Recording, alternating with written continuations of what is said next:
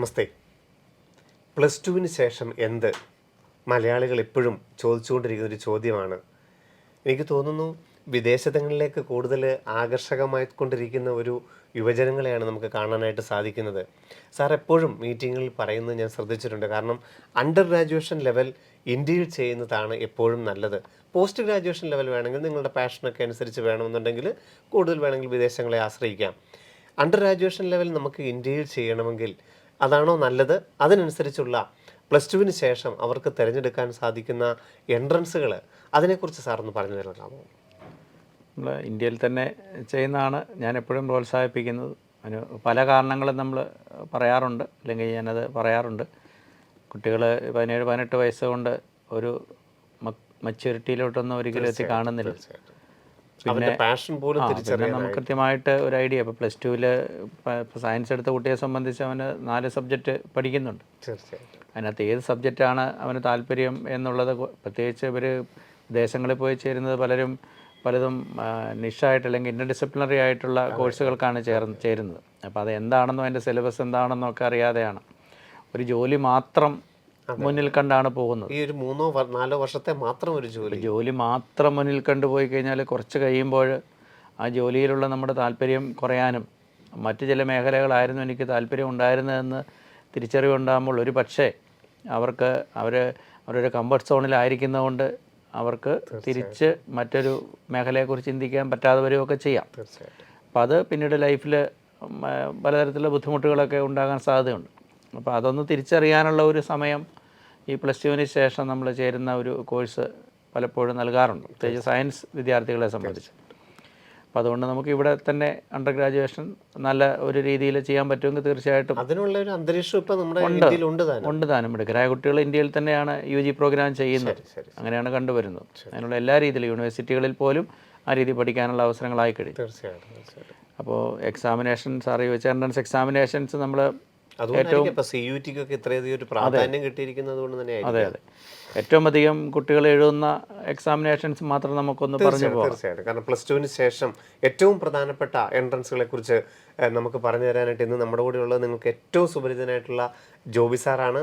അപ്പോൾ പ്ലസ് ടുവിന് ശേഷമുള്ള ഏറ്റവും പ്രധാനപ്പെട്ട എൻട്രൻസുകളെ എഞ്ചിനീയറിംഗ് മേഖലയിലും മെഡിക്കൽ മേഖലയിലും അതുപോലെ ഡിഗ്രി റിസർച്ച് മേഖലയിലുള്ളതിനെ ഏറ്റവും ചുരുങ്ങിയ സമയത്ത് ഒന്ന് പറഞ്ഞു നൽകാം.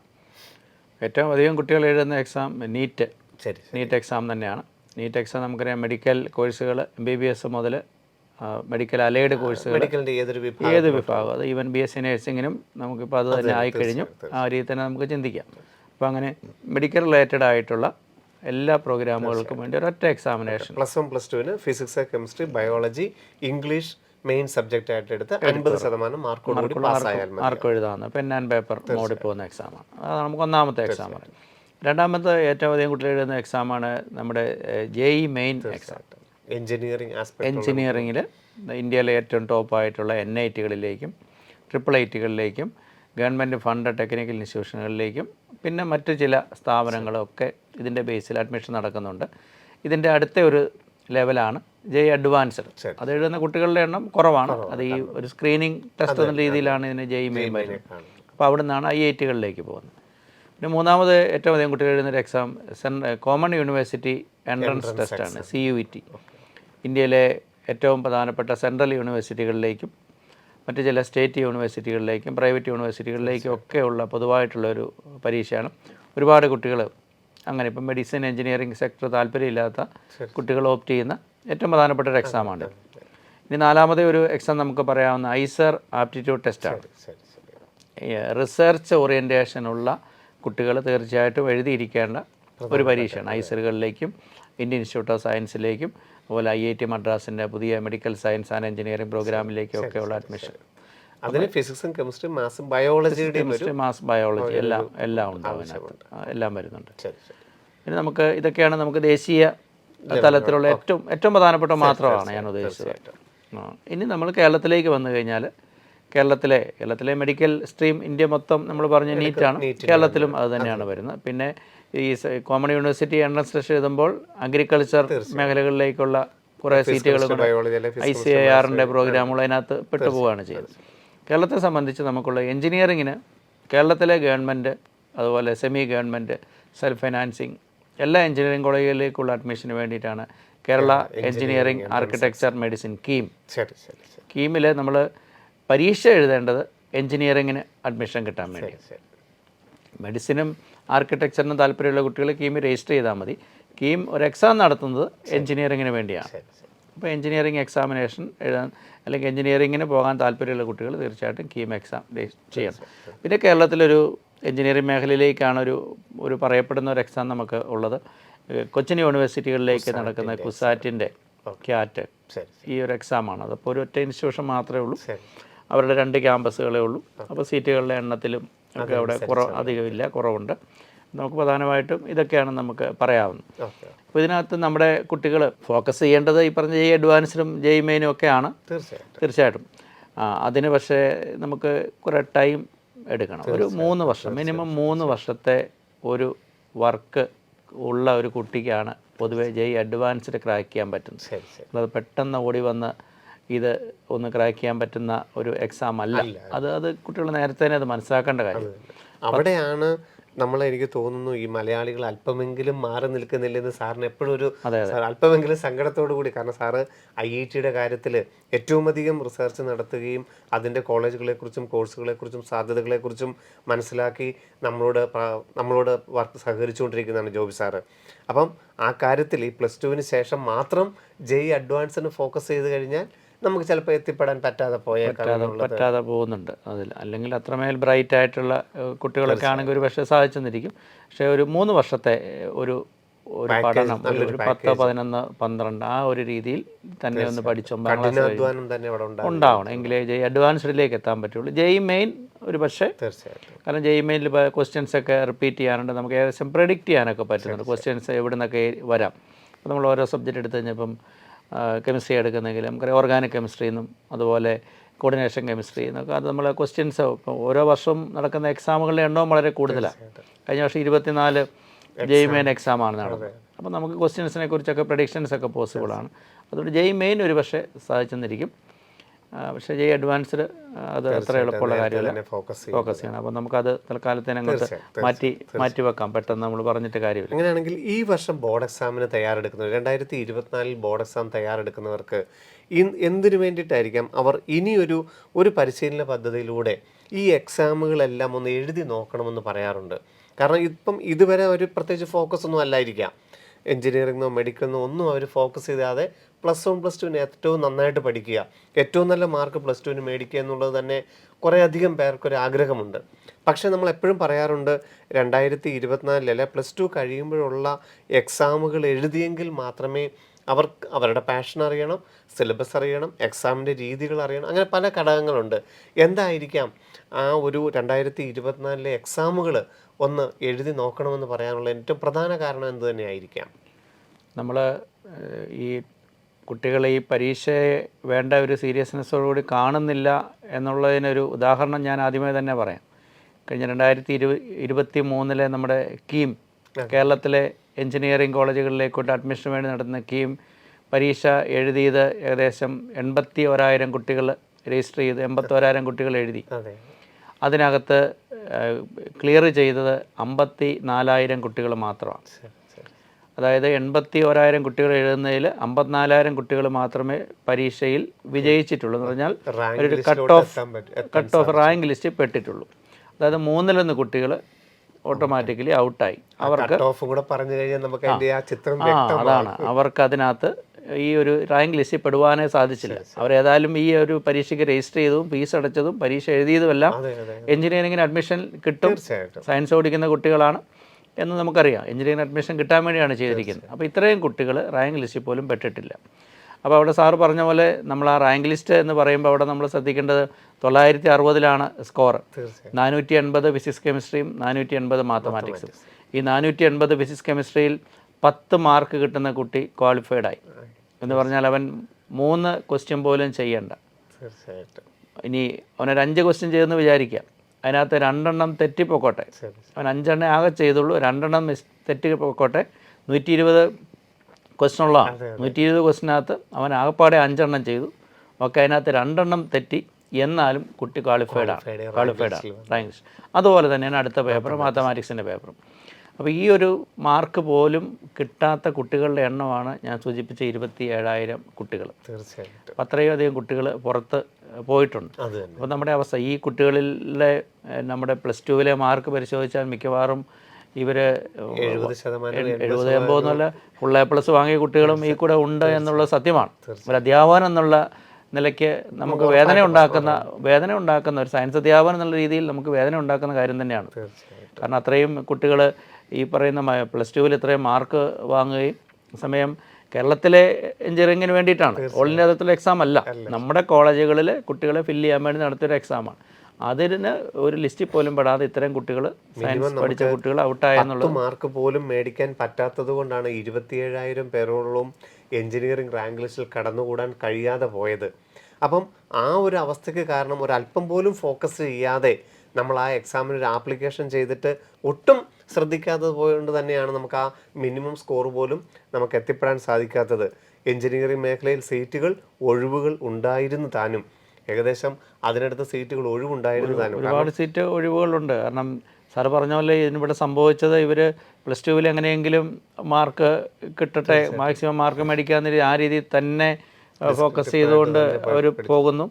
അതേസമയം നമുക്കറിയാം ഇത് ഒബ്ജക്റ്റീവ് ടൈപ്പ് ക്വസ്റ്റ്യൻ ആണ്, നെഗറ്റീവ് മാർക്കിംഗ് കൊണ്ട് ഒരു പക്ഷേ ഇവരെല്ലാ ക്വസ്റ്റിനും ആൻസർ ചെയ്യുമോ അങ്ങനെ എന്തെങ്കിലുമൊക്കെ ചെയ്യുന്നുണ്ടായിരിക്കും. അപ്പോൾ ഈ ഒരു പരീക്ഷ ഒരു തവണ പോലും ഒന്ന് ട്രൈ ചെയ്യാതെ എന്താണെന്ന് പോലും അറിയാതെ പോയി എഴുതിയ കുട്ടികളായിരിക്കും നല്ല ശതമാനം കുട്ടികൾ. അതുകൊണ്ടാണ് സംഭവിച്ചു പോകുന്നത്. കാരണം ഈ ഫീസിൻ്റെ കാര്യം നോക്കുകയാണെങ്കിൽ നമുക്ക് കേരള എഞ്ചിനീയറിംഗ് വെച്ചിട്ട് നമുക്ക് പോവുകയാണെങ്കിൽ നമ്മുടെ കയ്യിൽ ഒതുങ്ങുന്ന, ഇപ്പോൾ ഗവൺമെൻറ് മേഖലയാണെങ്കിൽ 9,000 രൂപ മാത്രമേ ഫീസുള്ളൂ. അർദ്ധ സർക്കാർ മേഖലയാണെങ്കിലും സ്വകാര്യ മേഖലയാണെങ്കിൽ പോലും ഏതൊരു കുടുംബത്തിനും അഫോർഡ് ചെയ്യാൻ പറ്റുന്ന ഫീസിൽ നമുക്ക് ഇവിടെ കേരള എഞ്ചിനീയറിംഗ് പഠിക്കാനുള്ളൊരു സാഹചര്യമുണ്ട്. ഇവിടെയാണ് ക്രാഷ് കോഴ്സിൻ്റെ ഒരു സാഹചര്യം നിങ്ങൾ മനസ്സിലാക്കേണ്ടത്. നിങ്ങൾക്ക് നിങ്ങളുടെ പാഷൻ എന്തായിരിക്കാം, നിങ്ങളുടെ ആഗ്രഹം എന്തായിരിക്കാം, അല്ലെങ്കിൽ നിങ്ങൾക്ക് +2 ശേഷം എന്ത് പോകണം എന്നുള്ളതിനെക്കുറിച്ചൊന്നും ചിലപ്പോൾ നിങ്ങൾ തീരുമാനിച്ചിട്ടുമില്ലായിരിക്കാം. പക്ഷേ നിങ്ങൾക്ക് എവിടെയാണ് എത്തിപ്പെടേണ്ടതെന്നുള്ളതിനൊരു തിരിച്ചറിവെങ്കിലും ഉണ്ടാകണമെങ്കിൽ നിങ്ങൾ 2024 എൻട്രൻസുകൾ എഴുതണം. അങ്ങനെ എഴുതണമെങ്കിൽ അതിന് ഇനിയുള്ള സമയം 3 മാസക്കാലം അല്ലെങ്കിൽ 4 മാസക്കാലം ഒരു പഠനം, ഒരു പരിശീലനം അതിൻ്റെ ആവശ്യമുണ്ട്. അതുകൊണ്ട് ഒരു ക്രാഷ് കോഴ്സ് ചെയ്ത് നമ്മൾക്കിതിനെക്കുറിച്ച് തയ്യാറായിട്ട് തന്നെ വേണം 2024 നിങ്ങൾക്ക് ആഗ്രഹമുള്ള എൻട്രൻസുകൾ എഴുതാനായിട്ട്. എനിക്ക് തോന്നുന്നു സിലബസിൻ്റെ കാര്യം നമ്മൾ നോക്കുകയാണെങ്കിലും ഫസ്റ്റ് ഇയറിനും സെക്കൻഡ് ഇയറിനും തുല്യ പ്രാധാന്യമാണ് എല്ലാ എൻട്രൻസുകൾക്കും. തീർച്ചയായിട്ടും എല്ലാ എൻട്രൻസിലും അങ്ങനെയാണ് പോകുന്നത്. പലപ്പോഴും പറ്റുന്നത് ഈ സെക്കൻഡ് ഇയർ കുട്ടികൾ ഇങ്ങനെ പഠിച്ചു പോകുമ്പോൾ ഫസ്റ്റ് ഇയർ പൂർണ്ണമായിട്ട് അങ്ങോട്ട് മറന്നു, ഒരു വർഷം മുമ്പ് പഠിച്ചാണ്. അപ്പോൾ അതൊന്ന് റിവൈസ് ചെയ്യാനൊന്നും കുട്ടികൾ ശ്രമിക്കുന്നില്ല. സമയം വളരെ കുറച്ച് കുട്ടികൾ ഇത് കൃത്യമായിട്ട് ചെയ്തു പോകുന്നുണ്ട്. അത് പക്ഷേ അവരുടെ എണ്ണം വളരെ കുറവാണ്. അവരിങ്ങനെ സെക്കൻഡ് ഇയർ പോർഷൻ മുന്നോട്ട് പോകുമ്പം അതനുസരിച്ച് ഫസ്റ്റ് ഇയറിലെ ഓരോ ചാപ്റ്റർ റിവൈസ് ചെയ്തു. പിന്നെ ഇത് പരീക്ഷകൾ എഴുതുന്ന മോഡൽ എക്സാമിനേഷൻസ് ഒക്കെ ഒരുപാട് അവൈലബിൾ ആണ്. അത് ബോർഡ് എക്സാമിന് മാർക്ക് കൂടുതൽ കിട്ടാനും അത് തന്നെ ഉപകാരമുണ്ട്. തീർച്ചയായിട്ടും ഈ കുട്ടികളൊക്കെ തന്നെയാണ് ബോർഡ് എക്സാമിനും നല്ല രീതിയിൽ ടോപ്പേഴ്സായിട്ട് വരുന്നത്. അപ്പോൾ അങ്ങനെ പരീക്ഷകൾ എഴുതിയും ഒബ്ജക്റ്റീവ് ടൈപ്പ് ക്വസ്റ്റ്യൻസ് ചെയ്യും ഇങ്ങനെ മുന്നോട്ട് പോയെങ്കിൽ മാത്രമേ അവർക്ക് ഈ ഒരു സമയത്ത് നല്ല രീതിയിൽ നല്ല സ്കോർ കിട്ടുന്നുള്ളൂ. ഇപ്പം ബോർഡ് എക്സാമിന് നല്ല മാർക്ക് ഈ പറയുന്ന കുട്ടികൾക്കെല്ലാം ഉണ്ട്. ആരും മാർക്ക് കുറഞ്ഞ കുട്ടികളല്ല, നല്ല മാർക്ക് തന്നെയാണുള്ളത്. ഫുൾ സ്കോറുള്ളവരും അതിന് തൊട്ട് താഴെ വരുന്ന ആളുകളും ഒക്കെയാണ് നമ്മൾ ഈ പറഞ്ഞ ആളുകൾ. പക്ഷേ ഇതാണ് ഈ ഒരു രീതിയിലുള്ള ഒരു പ്രാക്ടീസ് അവർ ചെയ്യുന്നില്ല, ഇതിനെ വളരെ സീരിയസ് ആയിട്ട് കാണുന്നില്ല. അങ്ങനെ കാണുന്നില്ലാത്തൊരു പരീക്ഷ എഴുതുകയോ ഒന്നും ചെയ്യേണ്ട കാര്യമില്ല. കാരണം എഞ്ചിനീയറിങ്ങിന് പോകാൻ താല്പര്യമുള്ള കുട്ടി തീർച്ചയായിട്ടും ഈ രീതിയിൽ കണ്ട് സീരിയസ് ആയിട്ട് തന്നെ അത് എടുത്തു പോകണം. ഇനി വേറെ ഏതെങ്കിലും വഴിയാണെങ്കിൽ ഇനി ഒരു യൂണിവേഴ്സിറ്റിയിൽ പഠിക്കാൻ ആഗ്രഹിക്കുന്നെങ്കിൽ ഒക്കെ CUETക്ക് വേണ്ടി ആ രീതി പ്രിപ്പയർ ചെയ്യുക എന്ന് നമുക്ക് പറയാൻ പറ്റുള്ളൂ. ഒബ്ജക്റ്റീവ് ടൈപ്പാണ്, എല്ലാത്തിനും നെഗറ്റീവ് മാർക്കിംഗ് ഉണ്ട്. അപ്പോൾ നിങ്ങൾ വെറുതെ ആലോചിച്ച് കഴിഞ്ഞാൽ തന്നെ അറിയാം നമുക്ക്. കാരണം ബോർഡ് എക്സാമിന് നമുക്ക് 30% ഒബ്ജക്റ്റീവ് ടൈപ്പ് ക്വസ്റ്റ്യൻസ് ഉണ്ട്. അത് നമുക്ക് മാർക്ക് ചെയ്യാൻ പോലും നമുക്ക് അത്ര എളുപ്പമല്ല. അപ്പോൾ ഈ ഒരു പരിശീലന പദ്ധതിയിലൂടെ നിങ്ങൾ കടന്നു പോവുകയാണെങ്കിൽ അവിടെയും നിങ്ങൾക്ക് ഈ ഒബ്ജക്റ്റീവ് ടൈപ്പ് കൂടുതൽ മാർക്ക് ചെയ്യാനായിട്ടുള്ള ഏറ്റവും നല്ല ഒരു എക്സ്പീരിയൻസ് ആണ് കിട്ടുന്നത്. പിന്നെ അവിടെ കുട്ടികൾ പറയുന്ന ഒരു കാര്യം പലപ്പോഴും ഞാൻ കേട്ടിരിക്കുന്നത് +2 കഴിയട്ടെ, തീർച്ചയായിട്ടും എന്തിനാ പോകുന്നത് ചോദിക്കുക, എഞ്ചിനീയറിങ്ങിന് പോകുന്നു. എന്നാലും അതിനെക്കുറിച്ച് ഒബ്ജക്റ്റീവ് ടൈപ്പ് ക്വസ്റ്റ്യൻസ് ഒക്കെ ചെയ്യാനും ആ ഒരു കോച്ചിങ്ങിലൊക്കെ പങ്കെടുത്ത് നല്ല രീതിയിൽ പെർഫോം ചെയ്യാൻ നമ്മൾ പറയുമ്പോൾ കുട്ടികൾ പറയുന്നത് ഇല്ല, +2 കഴിഞ്ഞിട്ടേ ഉള്ളൂ. പക്ഷേ അത് നമ്മളവിടെ ഒരു സ്റ്റാറ്റിസ്റ്റിക്സ് നോക്കി കഴിഞ്ഞാൽ 2023 നമ്മൾ ടോപ്പ് 100 റാങ്ക് വന്ന കുട്ടികളെടുത്ത് അതിനകത്ത് 90 കുട്ടികളും ഫ്രഷേഴ്സാണ്. എഞ്ചിനീയറിംഗിൻ്റെ എഞ്ചിനീയറിംഗിൻ്റെ കൂടുതലും ആൺകുട്ടികളാണ്. അതിൽ 90 കുട്ടികളും 89-90 കുട്ടികൾ ഫ്രഷേഴ്സാണ്, ഫസ്റ്റ് ചാൻസ്. ഇനി ആ വന്ന 10 കുട്ടികൾ വന്ന് അവർ മിക്കവാറും കഴിഞ്ഞ വർഷം JEE അഡ്വാൻസ്ഡിന് നിസാര മാർക്കിൻ്റെ പേര് JEE അഡ്വാൻസ്ഡ് ഒരു പക്ഷേ പോയത് കൊണ്ട് നഷ്ടപ്പെട്ടുകൊണ്ട് അവർ വീണ്ടും അങ്ങനെ റിപ്പീറ്റ് ചെയ്ത കുട്ടികളായിരിക്കാം ഈ ടോപ്പേഴ്സ് വന്നിരിക്കുന്നത്. അപ്പോൾ അതുകൊണ്ട് നമ്മൾ ഈ പഠിച്ചു പോകുന്നതിൻ്റെ കൂടെ തന്നെ കൃത്യമായിട്ട് ചെയ്തു പോകുന്നതാണ് നല്ലത്. റിപ്പീറ്റ് എന്നുള്ള ഒരു വാക്ക് അത് എന്തോ ഒരു താല്പര്യപൂർവ്വം അങ്ങനെ വളരെ സീരിയസ് ആയിട്ട് കുട്ടികൾ പറയുന്നത് തെറ്റിദ്ധാരണ പുറത്തുണ്ട്. കാരണം ഇപ്പോൾ JEE മെയിൻ 3 ചാൻസ് ആണെന്നുള്ളതുകൊണ്ട് അങ്ങനെയാണെങ്കിൽ ഇപ്പോൾ ഈ +2ൻ്റെ കൂടെ ഞാൻ പഠിക്കാതിരുന്നു കഴിഞ്ഞാൽ എനിക്ക് പിന്നീട് ഒരു ചാൻസ് കിട്ടും. ഐസറിന് 2 ചാൻസേ ഉള്ളൂ. അപ്പം ഞാൻ ഇപ്പോൾ എഴുതി കഴിഞ്ഞാൽ എനിക്കൊരു ചാൻസ് പോകും. നീറ്റിനാണെങ്കിൽ അങ്ങനെ ഒരു തെറ്റിദ്ധാരണയും ഉണ്ടോ എന്ന് എനിക്ക് സംശയമുണ്ട്. +2വിന് ശേഷം നമുക്ക് ഈ JEE മെയിൻ്റെ ആണെങ്കിലും JEE അഡ്വാൻസ്ഡിൻ്റെ ആണെങ്കിലും ഐസറിൻ്റെ ഒക്കെ ആണെങ്കിലും +2 പഠിക്കുന്ന വർഷം തൊട്ടടുത്ത വർഷം അങ്ങനെയാണ്. എത്ര അറ്റംപ്റ്റ് എന്നുള്ളതല്ല കണക്കാക്കുന്നത്. നിങ്ങൾ +2ൻ്റെ സമയത്ത് എഴുതിയില്ലെങ്കിൽ പോലും അത് നിങ്ങളുടെ ഒരു വർഷത്തെ ഒരു ചാൻസ് പോയി, പിന്നെ ഒരു ചാൻസ് മാത്രമേ ഉള്ളൂ. JEE മെയിന് ഒരു ചാൻസും കൂടി ഉണ്ട്. പക്ഷേ JEE അഡ്വാൻസ്ഡിനും ഐസറിനും ആ +2 കഴിഞ്ഞിട്ട് ഒരു വർഷം കൂടെ മാത്രമേ സാധിക്കുകയുള്ളൂ. നീറ്റിനാവട്ടെ ഇങ്ങനെ ഒരു ചാൻസ് എന്നേ ഇല്ല. മിനിമം 17 വയസ്സായി കഴിഞ്ഞാൽ എത്ര പ്രാവശ്യം വേണമെങ്കിലും നീറ്റ് അറ്റൻഡ് ചെയ്യാം. അപ്പോൾ നിങ്ങൾ +2 പഠിക്കുന്ന കൂട്ടത്തിൽ ഈ പരീക്ഷ എഴുതുന്നത് നിങ്ങളിപ്പോൾ എവിടെയാണ് നിൽക്കുന്നത് എന്നുള്ളതിന് തിരിച്ചറിവിന് ഏറ്റവും നല്ലൊരു ഉദാഹരണമാണ്. ഏറ്റവും നമ്മളെ തിരിച്ചറിയാൻ പറ്റുന്ന, നമ്മളെ കൊണ്ട് ഇത് പറ്റുമോ എന്ന് അറിയേണ്ടതല്ലേ അല്ലേ? അപ്പോൾ അതിലേക്ക് നമ്മൾ എത്താൻ ചെയ്യണം. മറ്റൊരു കാര്യം, ഇതിനു മുമ്പ് തന്നെ ഇത്തരത്തിലുള്ള പരീക്ഷകൾ എഴുതി പരിശീലിച്ച് വേണം വരാൻ. കാരണം നമ്മൾ ബോർഡ് എക്സാം എഴുതുന്ന ഒരു രീതിയിലുള്ള ഒരു ക്വസ്റ്റ്യൻസും പാറ്റേണും അതല്ല. കോൺസെപ്റ്റുകൾ ക്ലിയർ അല്പം എങ്കിലും ഉള്ള കുട്ടികൾക്ക് ഇത് ആൻസർ ചെയ്യാൻ പറ്റുള്ളൂ. അപ്പോൾ നേരത്തെ തന്നെ ഇങ്ങനെയുള്ള എക്സാമിനേഷൻസ് എഴുതി മോഡൽ പരീക്ഷകൾ എഴുതി വേണം നമ്മൾ ഇതിലേക്ക് എത്താൻ. അങ്ങനെ എത്തുമ്പോൾ നമുക്ക് വളരെ കൂളായിട്ട് തന്നെ നമുക്കിത് ചെയ്യാൻ പറ്റും. ഈ ലിസ്റ്റിൽ നിന്ന് പുറത്താകുന്ന അവസ്ഥയൊന്നും ഉണ്ടാവില്ല. എന്തെങ്കിലും താല്പര്യമുള്ള കുട്ടിക്ക് തീർച്ചയായിട്ടും തരക്കേടില്ലാത്തൊരു റാങ്ക് തന്നെ വാങ്ങാനായിട്ട് സാധിക്കും. പിന്നെ നമുക്ക് ഒബ്ജക്റ്റീവ് ടൈപ്പിൻ്റെ ഒരു ഏറ്റവും പ്രധാനപ്പെട്ട ഒരു പോയിന്റ് നോക്കിയാൽ ഇപ്പോൾ റിപ്പീറ്റേഴ്സിനോട് കൂടുതൽ ചോദിച്ചു കഴിഞ്ഞാൽ പറയുന്നൊരു കാര്യം ടൈം മാനേജ്മെൻറ്റ്. കാരണം എനിക്ക് എല്ലാ ക്വസ്റ്റ്യനും അറിയാവുന്നതായിരുന്നു, നല്ല ഭൂരിഭാഗവും അറിയാവുന്നതായിരുന്നു. പക്ഷേ സമയബന്ധിതമായിട്ട് എനിക്കിത് ഞാൻ പ്രാക്ടീസ് ചെയ്യാത്തത് കൊണ്ട് ആ ടൈം മാനേജ്മെൻറ്റ് പഠിക്കുന്നതിനും തീർച്ചയായിട്ടും ഇതുപോലൊരു പ്രോഗ്രാമിലൂടെ ഒരു ക്രാഷ് കോഴ്സിലൂടെ പോയി ആ ടൈമിനെക്കുറിച്ച് വ്യക്തമായൊരു ധാരണ മനസ്സിലായി. കാരണം ഒരു ക്വസ്റ്റ്യൻ 1 മിനിറ്റ് ആണെങ്കിൽ അതിനുള്ളിൽ ചെയ്ത് തീർക്കണം. കൂടുതൽ ഇപ്പോൾ ഈ പറഞ്ഞ പോലെ കൂടുതൽ ക്വസ്റ്റ്യൻ ചെയ്ത് നെഗറ്റീവ് വരുത്തുന്നതും അപകടമാണ്. അപ്പോൾ ഒരു നല്ലൊരു ആരോഗ്യകരമായൊരു ടൈം മാനേജ്മെൻറ്റ് പഠിക്കുന്നതിനും തീർച്ചയായിട്ടും ഒരു ക്രാഷ് കോഴ്സ് നിങ്ങൾക്ക് ഏറ്റവും ഉപകാരപ്പെടും.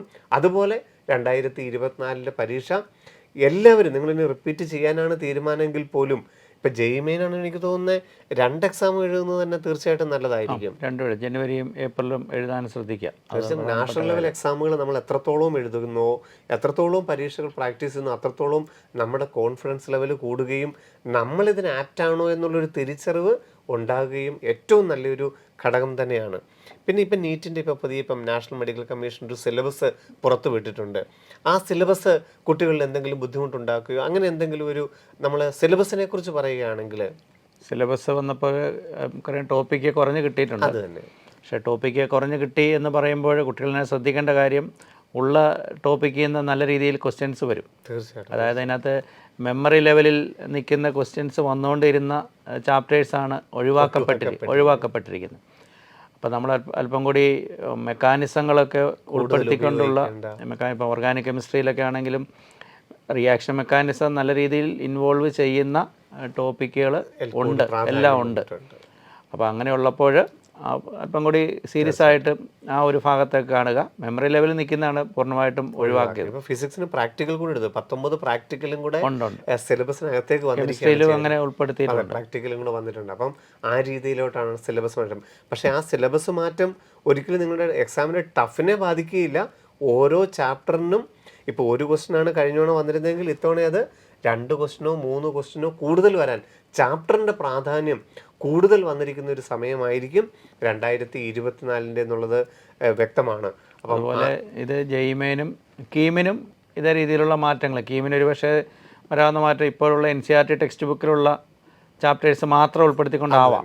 കാരണം കീമിൽ CBSE അത് മാത്രമേ പ്ലസ് ടു പഠിക്കുന്നുള്ളൂ. നമ്മൾ സ്റ്റേറ്റ് CBSE സിലബസിൽ അത് പഠിക്കുന്നുണ്ട്. പക്ഷേ കീമിന് അത് തന്നെ ആകാം. അതിനെക്കുറിച്ചുള്ള തീരുമാനങ്ങളൊന്നും ആയിട്ടില്ല. ഉടനെ വരുന്നത്. അപ്പോൾ അങ്ങനെയൊക്കെ ആകാം. അപ്പോൾ കൂടുതൽ അല്പം കൂടി ലൈറ്റായിട്ട് നമുക്ക് കണ്ടൻറ്റ് ലെവലിൽ നമ്മളത് കുറയുന്നുണ്ടെങ്കിൽ ഉള്ളത് അല്പം കൂടി സീരിയസ് ആയിട്ട് കോൺസെപ്റ്റുകൾ ക്ലിയറായി പഠിച്ചു പോയി കഴിഞ്ഞാലും നമുക്ക് പഠിക്കുക. അതിനുശേഷം ഈ പറഞ്ഞ രീതിയിൽ ഓരോ കോൺസെപ്റ്റ് ബേസ്ഡ് ആയിട്ടുള്ള ക്വസ്റ്റ്യൻസ്, പ്രോബ്ലം സോൾവ് ചെയ്യും. അതാണ് ഏറ്റവും പ്രധാനപ്പെട്ട കാര്യം. പ്രോബ്ലം സോൾവ് ചെയ്യാൻ താല്പര്യം, പ്രോബ്ലം സോൾവ് ചെയ്തെങ്കിൽ നമുക്ക് കോൺസെപ്റ്റ് ക്ലിയർ ആകും.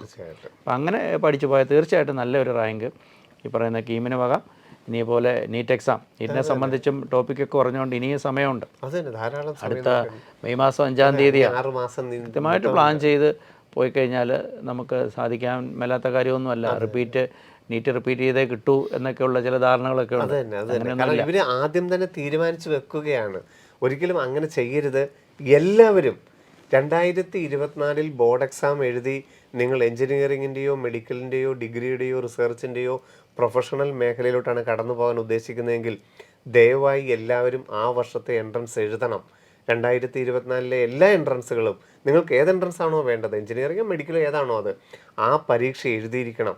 എന്നിട്ട് അതിൻ്റെ മാർക്കിൻ്റെയും റാങ്കിൻ്റെയും അടിസ്ഥാനത്തിൽ വേണം നിങ്ങൾ റിപ്പീറ്റ് ചെയ്യണോ വേണ്ടയോ എന്ന് തീരുമാനിക്കാനായിട്ട്. ഏറ്റവും നല്ല രീതിയിൽ 2024 എൻട്രൻസുകൾക്ക് തയ്യാറെടുക്കാൻ വേണ്ടിയിട്ട് തീർച്ചയായിട്ടും അതിനൊരു തയ്യാറെടുപ്പ് വേണം. അങ്ങനെ നമ്മൾ വെറുതെ ഒരു ആപ്ലിക്കേഷൻ കൊടുത്തു നമ്മൾ അന്നത്തെ ദിവസം അവിടെ പോയിരുന്നു പരീക്ഷ എഴുതി എന്നതുകൊണ്ടും ആവില്ല. കാരണം +2 ശേഷം ഒരു വർഷം നമ്മൾ ഇത് മാത്രം ഫോക്കസ് ചെയ്ത് പഠിക്കണമെങ്കിൽ അവിടെ നമുക്ക് ആ ഒരു വർഷം ഏറ്റവും നന്നായിട്ട് ഉപയോഗിക്കണമെങ്കിൽ ഇനിയുള്ള ഒരു 4-5 മാസക്കാലം നിങ്ങൾ കൃത്യമായൊരു പാഠ്യപദ്ധതി തയ്യാറാക്കി ബോർഡ് എക്സാമിൻ്റെ മാർക്കിന് അതിനും കുറയാൻ പാടില്ല. ബോർഡ് എക്സാമിനും തീർച്ചയായിട്ടും മാർക്ക് ഉണ്ടായിരിക്കണം. ബോർഡ് എക്സാമിനും കൂടെ മാർക്ക് കിട്ടത്തക്ക രീതിയിൽ തന്നെ നിങ്ങളൊരു ക്രാഷ് കോഴ്സ് തിരഞ്ഞെടുത്ത്, അതിപ്പോൾ നമുക്ക് ബ്രില്യൻറ്റിൻ്റെ സൈറ്റിൽ നിങ്ങൾക്ക് നോക്കിക്കഴിഞ്ഞാൽ കാണാം. നവംബർ 1 മുതൽ പുതിയ പ്രോഗ്രാമുണ്ട്, ജനുവരി 1 പുതിയ പ്രോഗ്രാമുണ്ട്, ഓഫ്ലൈനായിട്ട് കേരളത്തിൽ സെൻറ്ററുകളുണ്ട്, ഇനി ഓൺലൈനായിട്ടുള്ള പ്രോഗ്രാമുകളുണ്ട്. അപ്പം ഇതിൽ നിങ്ങൾ ഫോക്കസ് ചെയ്തുകൊണ്ട് തന്നെ 2024 വരുന്ന എൻട്രൻസുകൾ നിങ്ങളെല്ലാം JEE മെയിൻ ആണെങ്കിലും അതുപോലെ തന്നെ കേരള എഞ്ചിനീയറിങ്, കുസാറ്റ്, പിന്നെ നമ്മുടെ മെഡിക്കലിൻ്റെ നീറ്റ്, CUET ഒക്കെ ഉണ്ട്. 2 ലക്ഷത്തിൽ പരം, 2 ലക്ഷം അല്ല 3 ലക്ഷത്തിലോട് അടുത്ത് ഡിഗ്രി സീറ്റുകളാണ് സെൻട്രൽ യൂണിവേഴ്സിറ്റി, ഡൽഹി, ഹൈദരാബാദ്, പോണ്ടിച്ചേരി എല്ലാ യൂണിവേഴ്സിറ്റികളിലുമായിട്ട് കിടക്കുന്നത്. അവിടെയൊക്കെ നിങ്ങൾക്ക് തിരഞ്ഞെടുപ്പിന് ധാരാളം സാധ്യതകൾ നിലനിൽക്കുകയും ചെയ്യുന്നു. അപ്പം +2 ബോർഡ് എക്സാമിൻ്റെ അതിനോടൊപ്പം തന്നെ വരുന്ന എൻട്രൻസുകൾക്ക് ഒരു കാരണവശാലും നിങ്ങൾ വില കുറച്ച് കാണരുത്. അതിന് കൃത്യമായൊരു പാഠ്യപദ്ധതിയിലൂടെ നിങ്ങൾ കടന്നു പോവുകയും ചെയ്യണം. +2 ശേഷം ഏതൊരു മേഖലയിലോട്ട് നിങ്ങൾക്ക് കടന്നു ചെല്ലണമെങ്കിലും ഒരു ഒബ്ജക്റ്റീവ് ടൈപ്പ് എൻട്രൻസ് എക്സാമിൻ്റെ റാങ്കിനനുസരിച്ച് മാത്രമേ നിങ്ങൾക്ക് കടന്നു ചെല്ലാൻ സാധിക്കുകയുള്ളൂ. അത് മനസ്സിലാക്കി ഒട്ടും സമയം കളയാതെ നിങ്ങൾ ഈ മേഖലയിലോട്ട് കടന്നു ചെല്ലണം. പിന്നെ എനിക്ക് തോന്നുന്നു ഇപ്പോൾ പല സ്ഥാപനങ്ങളിൽ പഠിക്കുന്ന കുട്ടികളുണ്ടായിരിക്കാം. അപ്പം അവർക്ക് ഇപ്പോൾ ഈ കോമ്പറ്റീഷൻ മേഖലയിൽ എവിടെയാണ് നിൽക്കുന്നത്, എത്രത്തോളം എൻ്റെ റാങ്കിങ് ഉണ്ടെന്നൊക്കെ മനസ്സിലാക്കാനും എനിക്ക് തോന്നുന്നു ഇപ്പോൾ ബ്രില്യൻ്റ് പോലെ ഒരു സ്ഥാപനത്തിൽ ക്രാഷ് കോഴ്സ് ചെയ്യുന്നത് നല്ലതായിരിക്കും. ക്രാഷ് കോഴ്സ് ചെയ്യുന്നതോ അതോ അല്ലെങ്കിൽ പരീക്ഷകൾ, തീർച്ചയായിട്ടും പരീക്ഷകൾ എഴുതാം. അതായത് വളരെ പ്രധാനപ്പെട്ട കാര്യമാണ്. പരീക്ഷകൾ എഴുതാനുള്ള അവസരം കിട്ടുന്നുണ്ടെങ്കിൽ മാക്സിമം അത് ഉപയോഗിക്കുക എന്നുള്ളത് വളരെ പ്രധാനപ്പെട്ട കാര്യമാണ്. തീർച്ചയായിട്ടും. കാരണം +1-ൻ്റെയും +2-ൻ്റെയും ടോപ്പിക്കുകൾക്ക് തുല്യ പ്രാധാന്യമാണ് എൻട്രൻസുകൾക്ക്. അപ്പോൾ +1 നിങ്ങൾ ഒരു വർഷം മുമ്പ് പഠിച്ചു കഴിഞ്ഞതാണ്. അതിൻ്റെ എല്ലാ ചാപ്റ്ററുകളിലൂടെയും കടന്നു പോകാനായിട്ടും ഇതുപോലുള്ള പരീക്ഷകളും ക്ലാസ്സുകളും നിങ്ങൾക്ക് ഏറ്റവും ഉപയോഗപ്പെടുകയും ചെയ്യും. ബ്രില്യൻറ്റ് സ്റ്റഡി സെൻറ്ററിൻ്റെ ക്രാഷ് കോഴ്സുകളെക്കുറിച്ച് കൂടുതലായിട്ട് നിങ്ങൾക്ക് അറിയണമെങ്കിൽ brilliantpala.org എന്ന വെബ്സൈറ്റ് സന്ദർശിക്കുക.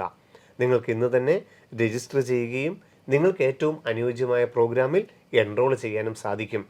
+2 ശേഷമുള്ള എൻട്രൻസിൻ്റെ മേഖലയും അതിൻ്റെ സാധ്യതകളെയും ഒക്കെ ആയിട്ട് നിങ്ങൾക്ക് ബ്രില്യൻറ്റ് യൂട്യൂബ് ചാനലും ജോബി സാറിനെ പോലെ ഈ മേഖലയിലെ ഏറ്റവും ഉന്നതരായിട്ടുള്ളവർ നിങ്ങൾക്ക് കാര്യങ്ങളെല്ലാം പറഞ്ഞു തരാനായിട്ട് എപ്പോഴും നിങ്ങളുടെ കൂടെ ഉണ്ടാവും. അപ്പോൾ വീണ്ടും കാണാം. ജോബി സാറിനെയും ഒത്തിരി സ്നേഹത്തോടെ ഓർത്തുകൊണ്ട് നമുക്ക് വീണ്ടും മറ്റൊരു എപ്പിസോഡിൽ വീണ്ടും കാണാം. നന്ദി, നമസ്കാരം. എൻട്രൻസ് സംബന്ധമായ വാർത്തകളും അപ്ഡേഷനുകളും ഏറ്റവും വേഗം ആധികാരികമായി അറിയാൻ ബ്രില്യൻറ്റ് സ്റ്റഡി സെന്റർ പാല യൂട്യൂബ് ചാനൽ സബ്സ്ക്രൈബ് ചെയ്യുക. ബെൽ ഐക്കൺ അമർത്തുക. ഈ വീഡിയോ മറ്റു സുഹൃത്തുക്കളിലേക്കും ഷെയർ ചെയ്ത് നൽകുക.